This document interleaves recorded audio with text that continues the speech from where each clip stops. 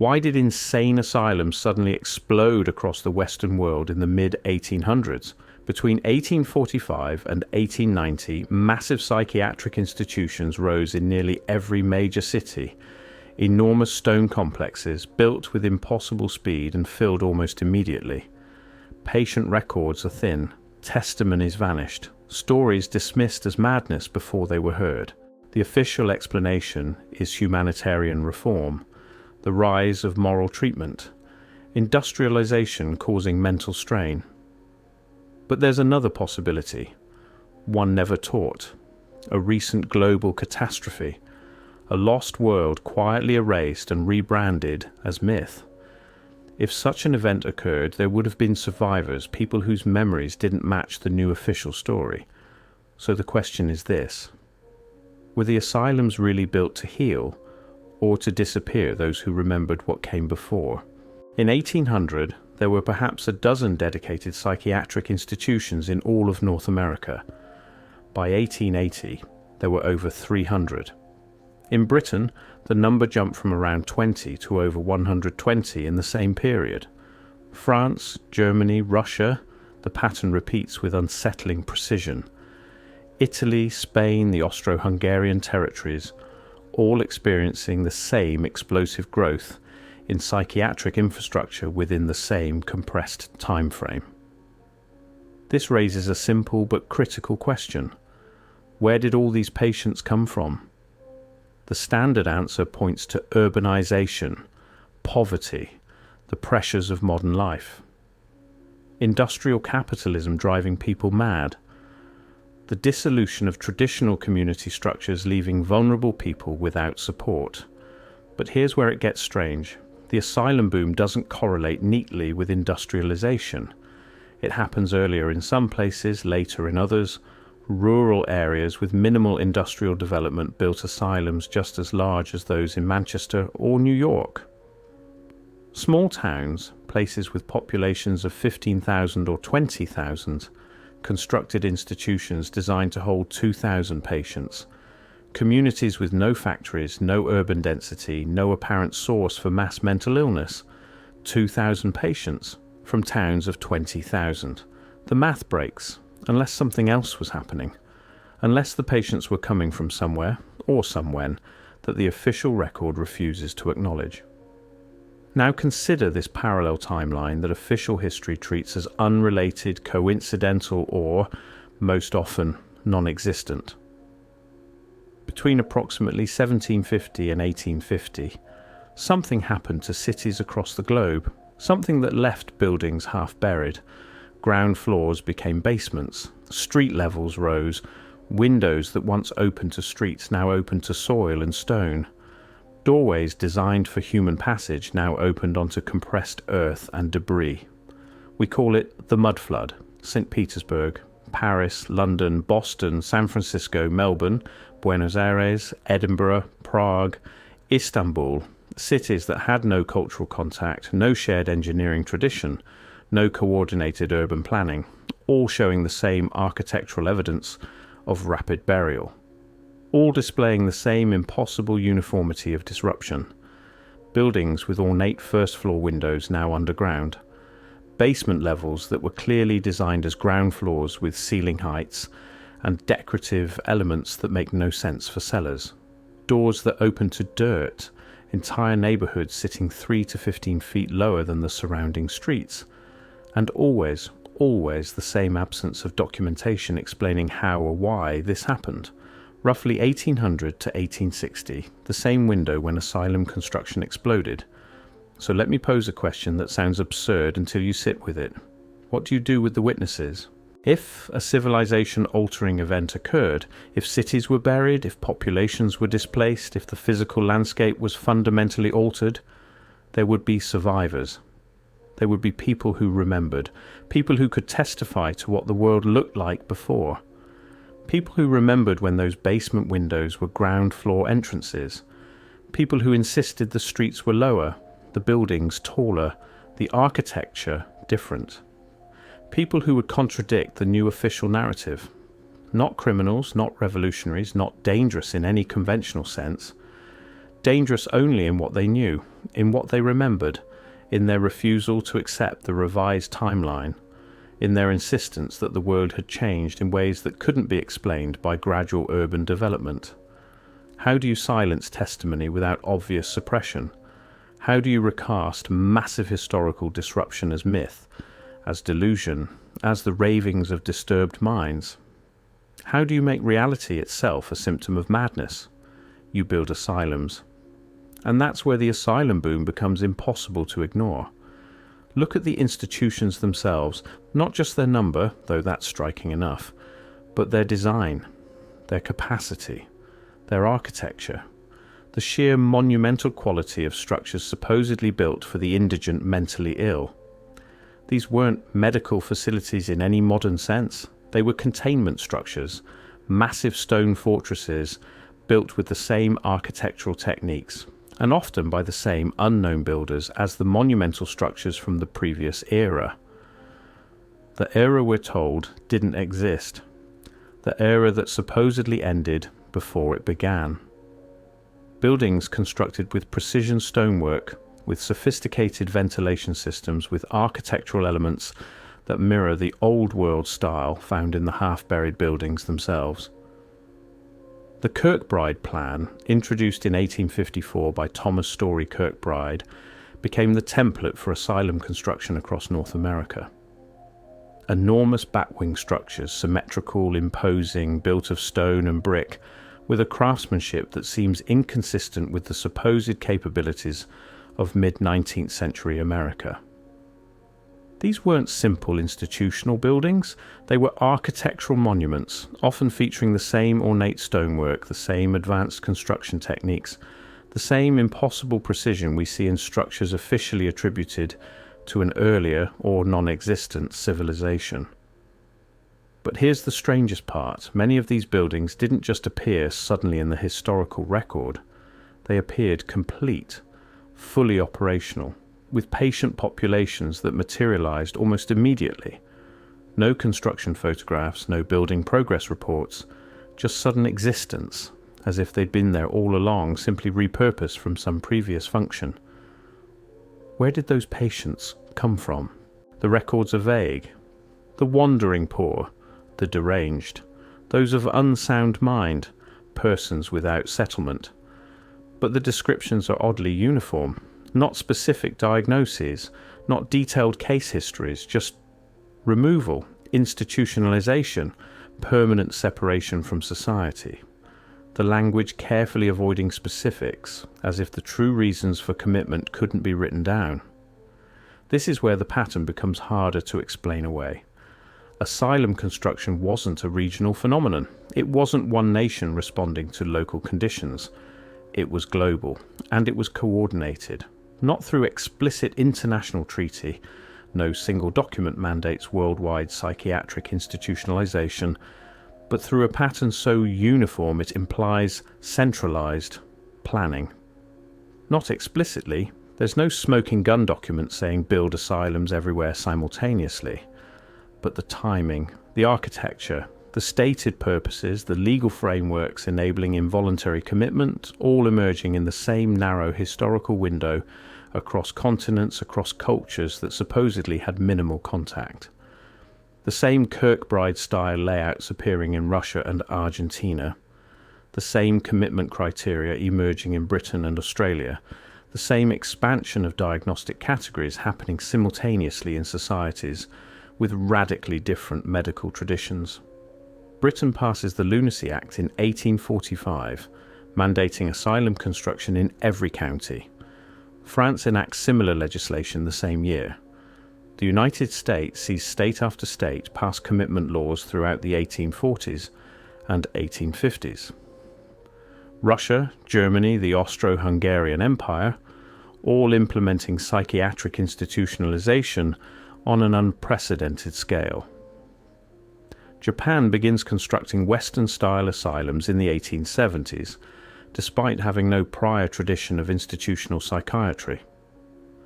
The Ottoman Empire follows suit. Even colonial territories in Africa and Asia see asylum construction, often before basic hospitals or schools, all at once, all without acknowledging coordination, all while pretending this was spontaneous humanitarian reform happening independently across dozens of nations, all using remarkably similar architectural plans, similar legal language, similar justifications for involuntary detention. The official history treats this as convergent evolution, similar problems producing similar solutions. Progressive reform spreading naturally through cultural exchange, medical knowledge diffusing through professional journals and international conferences. But convergent evolution doesn't produce identical architecture. It doesn't produce identical legal language. It doesn't produce simultaneous construction timelines in regions with drastically different governmental structures, economic conditions, and cultural values. It doesn't explain why a small town in rural Pennsylvania and a provincial city in Siberia would build virtually identical psychiatric facilities in the same decade, using the same design principles serving the same apparent function. Once you see it, you can't unsee it. Now consider what happened to psychiatric diagnosis during this period. Before 1840, insanity was a relatively narrow category.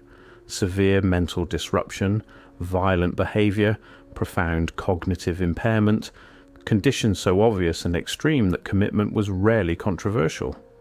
But between 1840 and 1880, the definition exploded. Suddenly, almost anything could qualify as madness requiring institutionalization. The diagnostic criteria expanded to encompass behaviors and beliefs that would have been considered eccentric or unusual in prior decades, but not necessarily pathological. Religious enthusiasm, political radicalism, unconventional behavior, moral insanity, a diagnosis so vague it could apply to anyone who defied social norms. Nostalgia, literally homesickness, became a committable condition. Drapetomania, the supposed mental illness that caused enslaved people to flee, was seriously proposed as a psychiatric disorder. Monomania, obsessive focus on a single topic, could justify institutionalization. Particularly, it seems, when that single topic was historical inconsistency or architectural anomaly. Reading the case files that survive is disturbing, not because of the patient's conditions, but because of how thin the justifications often were.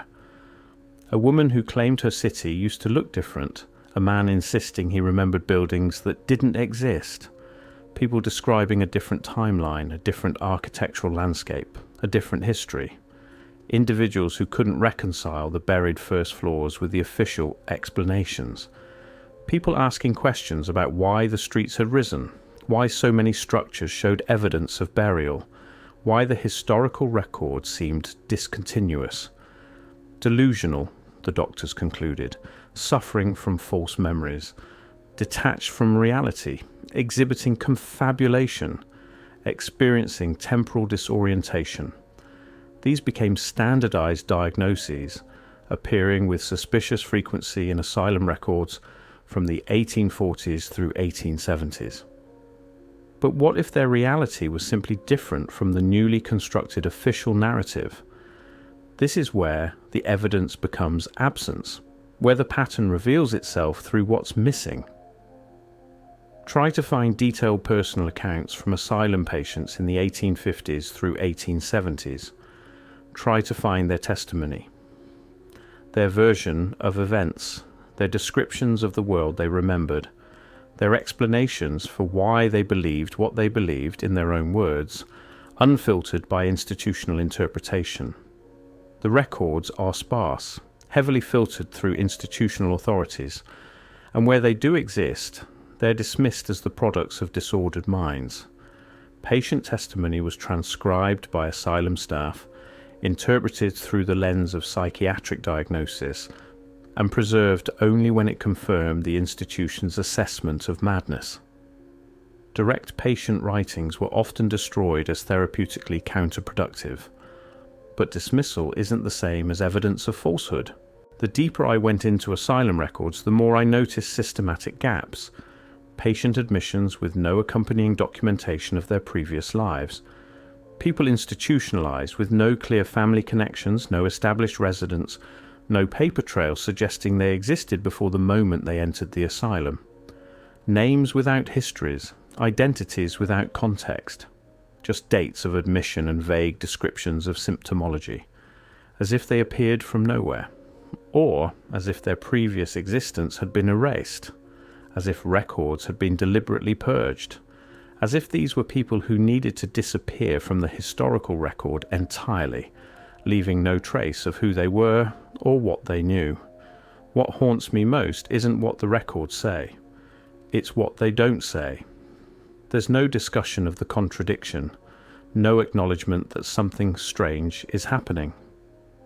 The 19th century medical establishment treats the sudden explosion of mental illness as natural, expected, unremarkable. No medical journals question why psychiatric pathology appears to be increasing exponentially. No public health officials investigate the cause of this apparent epidemic. Thousands of people across Europe and North America suddenly going mad, requiring permanent institutionalization, displaying symptoms that often centered on false memories, temporal confusion, and insistence that the physical world had changed, all within the same narrow time frame, all exhibiting remarkably similar delusions about architectural anomalies and historical discontinuity. And the response? Not investigation, not curiosity about why this particular cluster of symptoms appeared simultaneously across vast geographic distances, not epidemiological study of what might cause such a specific and widespread pattern of mental disruption, just commitment, containment, silence, immediate institutionalization, permanent separation from society, and a remarkable lack of medical curiosity about the phenomenon itself. The asylums filled, and the Mudflood became myth, the witnesses became patients, the testimony became symptom, and the questions became evidence of madness. Return to the buildings themselves. Many 19th century asylums show the same half-buried characteristics as other structures from the period. First floors below ground level, windows opening to soil. The same evidence of rapid burial we see in civic buildings, churches, train stations, the Danvers State Hospital in Massachusetts, the Trans-Allegheny Lunatic Asylum in West Virginia, the Athens Lunatic Asylum in Ohio, all showing foundations that suggest they either predated the Mudflood event or were constructed immediately after, on ground that had recently risen. But unlike those other structures, asylums weren't typically celebrated as architectural achievements. They weren't featured in the same way. They were built, filled, and quietly forgotten. No grand opening ceremonies, no architectural journals celebrating their design. Just functional construction notes and rapid patient admission, until they were abandoned. And when they were abandoned, throughout the 20th century as psychiatric care shifted to other models, what happened to the records? What happened to the patient testimonies, the admission documents, the case files, the detailed daily logs that should have documented decades of institutional operation? Destroyed, lost, inaccessible, fire damage, water damage, deliberately disposed of as outdated medical records, or simply missing, with no explanation for their absence. The destruction often occurred immediately before the buildings were repurposed or demolished, as if someone didn't want those records surviving into an era when independent researchers might access them. The silence was deafening. I can't prove what happened. I can only show you what doesn't make sense. The synchronicity, the scale, the vagueness of patient origins, the expansion of diagnostic criteria to include memory discrepancies and historical confusion. The architectural evidence suggesting the asylums themselves emerged from, or were buried by, the same event they may have been built to suppress. The systematic destruction of records, the global coordination, the impossible speed of construction, the immediate filling of institutions before any local population could have generated sufficient need. Why did the asylum boom happen precisely when the Mudflood timeline suggests catastrophic disruption? Why were commitment criteria expanded to include symptoms that sound remarkably like testimony to a different historical reality? Why were these institutions built with such urgency, such uniformity, such capacity, as if they were needed all at once, everywhere? As if someone knew in advance that large numbers of people would need to be institutionalized simultaneously across the globe. Why do the patient records from this era remain so difficult to access, so fragmentary, so carefully filtered through institutional authority? Why were so many destroyed, and why does that destruction follow such a consistent pattern? Why has this pattern, this correlation between geological disruption and psychiatric institutionalization, been so thoroughly ignored by mainstream historical inquiry? Why does mentioning this correlation immediately invite dismissal, not on evidential grounds, but on the basis that the question itself is inherently unreasonable? Not why the asylums were built, not when they were built, not under which legal frameworks, no. How do you erase a civilization? How do you rewrite history on a global scale? How do you silence witnesses without obvious violence? How do you make the truth itself a symptom of madness? You declare them mad, you institutionalize the memory itself, you build the asylums, and the evidence suggests something much larger than mental health reform, something that required the simultaneous construction of containment infrastructure across the globe, something that needed the testimony suppressed, the witnesses removed, the alternative narrative pathologized, something that couldn't be accomplished through obvious censorship or violence, but required the authority of medical science to legitimize the erasure. The official history says humanitarian progress, medical advancement, the evolution of psychiatric care, the enlightened response to mental illness, the triumph of reason over superstition.